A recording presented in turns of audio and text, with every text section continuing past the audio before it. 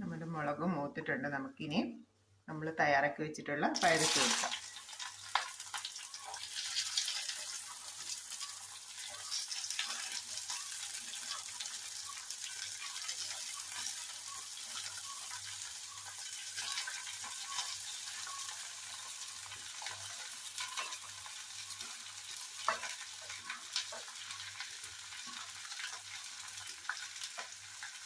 പയർ, ഒപ്പം തന്നെ സവോള,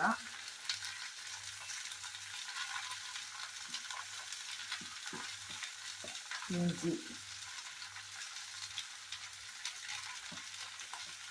കുരുമുളക് പൊടി നമുക്ക് അല്പം ഒന്ന് വാടി വന്നിട്ട് കൊടുക്കാം.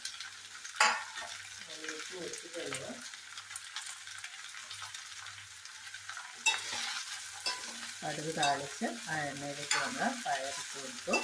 ഒപ്പം തന്നെ അരിഞ്ഞ സവോളയും ഇഞ്ചി.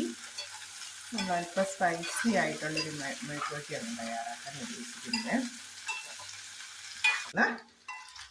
മിക്സാക്കി വാങ്ങണം. അപ്പം നമ്മൾ വേണമെന്നില്ല, പിന്നെ ഇഷ്ടമുണ്ടെങ്കിൽ കളറൊക്കെ കിട്ടാൻ, ചെറിയൊരു കളറൊക്കെ കിട്ടാനായിട്ട് നമ്മൾ ചേർത്താൽ മതി. അപ്പം നമ്മുടെ 10 മിനിറ്റ് കൊണ്ട് നമ്മുടെ പയർ മെഴുക്കുവരട്ടി റെഡിയായി. Okay, thank you. മറ്റൊരു വീഡിയോ അടുത്ത ദിവസം. Okay, thank you.